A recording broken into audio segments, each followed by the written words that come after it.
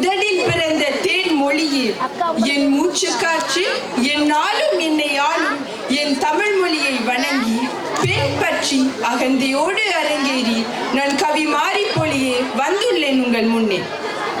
அன்று பெண்ணானவள் பேச முடியவில்லை, நடக்க முடியவில்லை, அவள் குரலுக்கு பூட்டு போட்டது.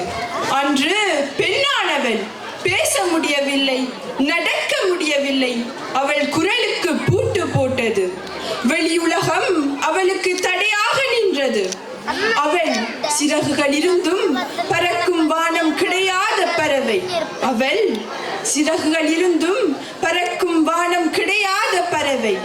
கனவுகள் இருந்தும் ஒப்புதல் கிடைக்காத அடிமை. உலகம் அவளிடம் சொன்னது, நீ அமைதியாக இரு, நீ அடங்கி இரு, நீ பின்புறம் இரு. உலகம் அவளிடம் சொன்னது, நீ அமைதியாக இரு, நீ அடங்கி இரு, நீ பின்புறம் இரு. ஆனால் இன்று பாரதி கண்ட பெண்ணாக சாதம் படைக்கவும் செய்வோம், தேவச்சாதி படைக்கவும் செய்வோம். இன்று பாரதி கண்ட பெண்ணாக சாதம் படைக்கவும் செய்வோம், தேவச்சாதி படைக்கவும் செய்வோம் என்று பாரதி உணர அவள் புயலானாள். அவள் யாரிடமும் அனுமதி கேட்பதில்லை.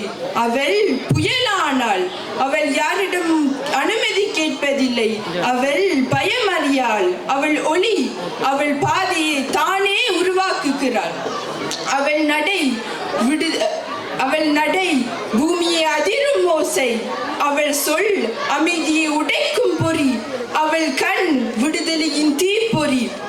இன்று இந்த பெண் வீட்டின் வாசலில் அல்ல, உலகின் வாசலில் நிற்கின்றாள். இன்று இந்த பெண் வீட்டின் வாசலில் அல்ல, உலகின் வாசலில் நிற்கின்றாள். நூலும் போராட்டமும் உணர்வும் உரிமையும் அவள் கண்களில் மலர்கிறது. நூலும் போராட்டமும் உணர்வும் உரிமையும் அவள் கண்களில் மலர்கிறது. அவள் தன் சுவாசத்தால் உலகத்தையே மாற்றப் போகிறாள். அன்று இதிகாசத்தில் திரௌபதியை துச்சாதனம் துகிலுரியும் போது அவள் தலைக்கு மேல் கைகளை தூக்கி கிருஷ்ணா என அழைத்தாள். கிடைத்தது வரம். அன்று இதிகாசத்தில் திரௌபதியை துச்சாதனம் துகிலுரியும் போது தலைக்கு மேல் கைகளை தூக்கி கிருஷ்ணா என அழைத்தாள். கிடைத்தது வரம் உடனே. ஆனால் இன்று மாடை அவிழ்க்காத தமிழ் வஞ்சி நாடைய சிங்கள காடே நவிழ்த்தான். அவளது கற்பை கவிழ்த்தான்.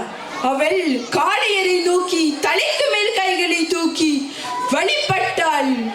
வேண்டினால் விடவில்லை, கிளிப்பட்டாள் தமிழச்சி.